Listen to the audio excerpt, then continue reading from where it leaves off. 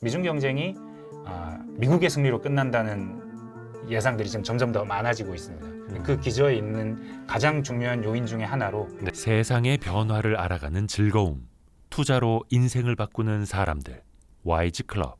지금 고정 댓글을 확인하세요. 이 책에도 보면 네, 인구에 대한 이야기도 많이 나옵니다. 그렇죠? 그렇습니다. 인구의 소멸. 네. 당연히 이게 경제 성장하고 맥이 닿을 수밖에 없어요. 네, 저희 인구 소멸 얘기하면 우리나라가 제일 미래 없는 나라죠. 제일 먼저 지구상에서 사라질 국가라고 하니까요. 네, 그 외신 보면 뭐 외국의 석학이 머리를 집어 그 짤이 이렇게, 와 네, 너무 임팩트가 컸어요. 맞습니다. 한 대한민국 이제 망했군요. 네, 와 그 이 한 줄의 짤이 출산율이 0.7대 올해 0.7. 0.7을 지킬 수 있을지도 모르겠다. 지금 0.7년까지 월별로 보면 내려온 달이 있거든요. 근데 보통 연말이나 이럴 때는 애를 더 안 낳는다 하더라고요. 그러니까요. 그러면 0.7이 깨질 수도 있다는 건데. 코로나 시기가 지나고 나서 좀 나아지고 결혼을 많이 하니 이제 출산율도 좀 출생률이 회복될 수 있지 않을까 했는데 아직까지는 그런 기미가 전혀 없습니다. 근데 사실 이 출생률이 떨어진다는 것이 우리나라 소멸의 징조로 보는 이유는 경제 성장률이 떨어질 것이고 산출되는 GDP가 줄어들 수밖에 없다. 인구가 줄어들면 가장 그 GDP를 만드는 요인 중에는 노동과 자본과 생산성 이 정도로 분해해 본다면 노동이 이렇게 줄어드는데 자본이 아무리 많아진들 한계 효용은 체감하니까 한계 소확은 체감하니까 네. 그렇다면 노동이 줄어들면 어쩔 수 없이 그 나라의 국력은 쪼그라든다 이 얘기거든요. 이렇게 그렇죠. 보면 한없이 부정적인 이야기입니다. 네. 근데 주변에 한번 결혼 안 하신 분들이 많잖아요. 제 최근에 통계 중에 깜짝 놀란 통계가 네. 45살에서 50살 사이의 남성 가운데 5분의 1이 한 번도 결혼한 적이 없습니다. 우리나라는. 그러니까 여성의 비율은 조금 낮은데 네. 남성은 45에서 50세 사이가 5분의 1이 한 번도 결혼한 적이 없는 거예요. 근데 이 사람들이 이 삶이 너무 고통스러워서 결혼을 안 했다라고 볼 수도 있지만 주변에 결혼 안 하고 40살 넘은 분들이 굉장히 많으실 거예요. 제 친구들도 많아요. 네. 예. 근데 그분들이 못해서 안 한 거라고 똑부러지게 말할 수 있습니까? 걔네는 못했는데. 네, 있을 수 있습니다. 네. 근데 재미있기 때문이에요. 결혼하지 않아도 뭐 재밌는 삶. 절실하지 않다는 거죠. 네. 근데 과거에는 왜 결혼했을까? 결혼하지 않으면 안 되는 사회 구조적인 여건이 있었던 겁니다. 여성들 같은 경우에는 취직도 할 수 없는 상황에서 교육 수준도 높지 않은 상황에서 배우자가 있지 않으면 본인의 그 안전, 뭐 생물학적인 안정도, 경제적인 안정도, 아니면 사회적인 안정도 얻을 수 없는 상황 때문에 여성들은 하고 싶다, 하고 싶지 않다와 무관하게 결혼하는 사회가 가부장제 사회 아니었겠습니까? 그냥 조선시대. 결혼 정년기 되면 결혼하는 네. 것 이랬죠. 근데 지금은 결혼하지 않아도 경제적으로 어렵거나 아니면 도시에 산다면 치안 문제도 그렇게 크진 않을 겁니다. 안전한 지역에 산다면. 생물학적인 안전, 경제적인 안정, 아니면 사회적으로 결혼하지 않았다고 해서 사회생활이 어려운가요? 그렇지 않습니다. 네.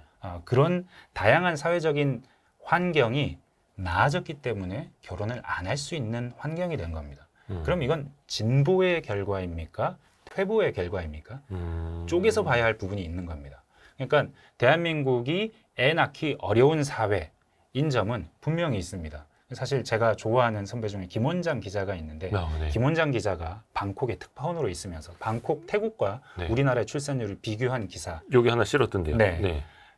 굉장히 그 글을 읽고 있으면 가슴이 뜨거워집니다. 그 선배가 원래 네. 그렇게 써요 글을 막. 김원장 뜨겁게 선배는 써요. 뜨거운 글을 씁니다. 근데 그 뜨거운 글을 쓰면 그 말에 분명히 일리가 있습니다. 대한민국 사회가 이렇게 극심하게 출생률이 떨어지는 사회가 된 불임의 사회가 된 이유가 있습니다. 문제적인 병리적인 현상도 있지만 네. 전 세계적으로 출생률이 떨어지고 있는 상황. 다 저출산 고령화는 어느 나라나 네. 다 공이 있는 문제인데 우리가 더 심각한 속도와 거죠. 정도가 너무 네. 심한 거죠. 거기에는 분명 문제가 있지만 기본적인 드라이버는 인간이 결혼하지 않아도 누군가에게 본인의 삶을 의탁하지 않아도 충분히 즐겁고 편안하게 살 수 있는 경제적, 사회적 다양한 종류의 안정적인 조건이 형성돼 있기 때문입니다. 이건 진보의 결과입니다.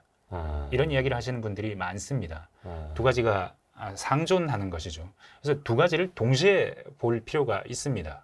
그리고 그럼에도 불구하고 출생률이 떨어진다는 것, 인간이 점점 더 살기 좋아진 세상에서 사람들이 아이를 낳지 않는 사회가 된다는 건 분명히 그 하나의 단위 사회를 보면 GDP가 떨어지는 방향으로 작용할 가능성은 있습니다. 그렇죠.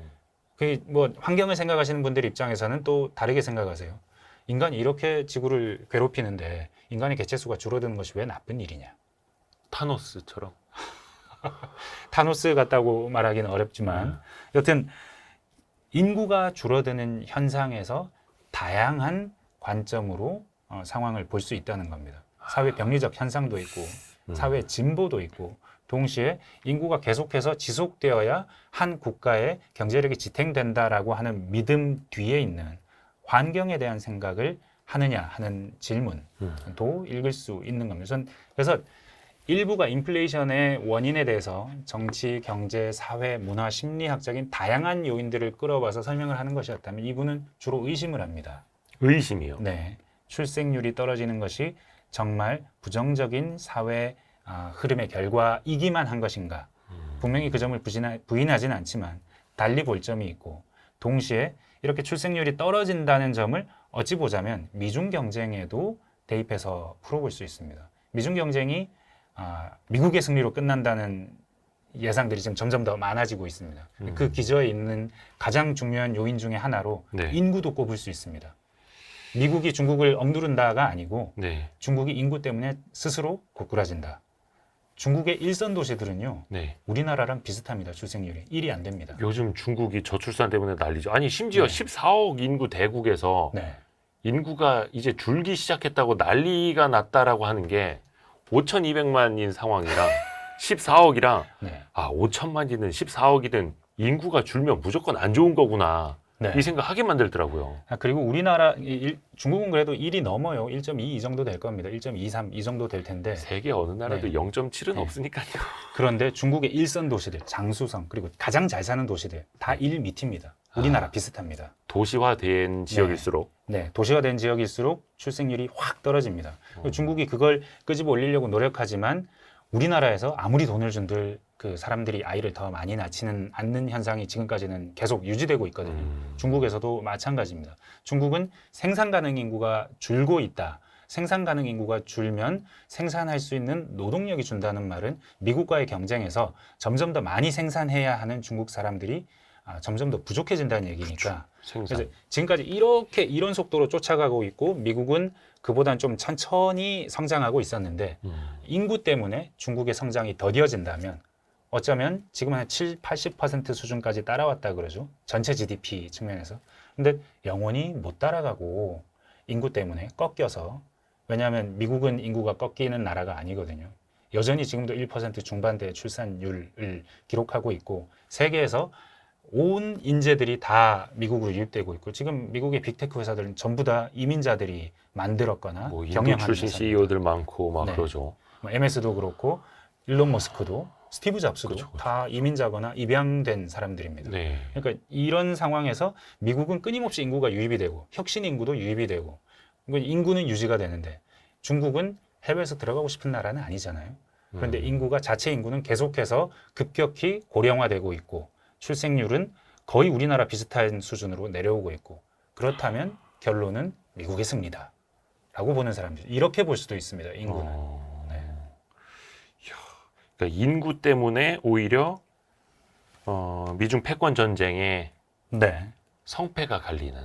그렇습니다. 그리고 사실은 예. 미국과 중국이 굉장히 싸우고 있고 체제적으로 굉장히 다른 나라라고 생각하지만 사실 매우 유사한 나라입니다. 그 영국의 그 시기가 영국이 전 세계를 지배했기 때문에 식민지를 많이 만들었기 때문에 존속했던 시대라면 미국은 식민지 없이 제국이 된 나라죠.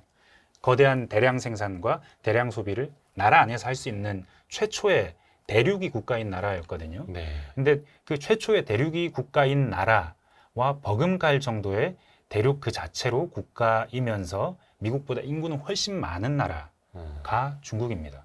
그래서 중국은 자체 소비만으로도 전기차도 태양광 산업도 배터리 산업도 다 그냥 발전시킬 수 있습니다. 그냥 1위가 네. 되는 거죠. 동시에 대량 생산, 대량 소비로 커온 나라라는 점, 대륙이 국가라는 점, 동시에 해외에서 기술을 많이 훔쳤다는 점, 동시에 네. 왜냐하면 미국도 미국이 100년 전에 영국보다 점점 더 큰 나라가 될 때 아, 영국 기술을 많이 훔쳤습니다.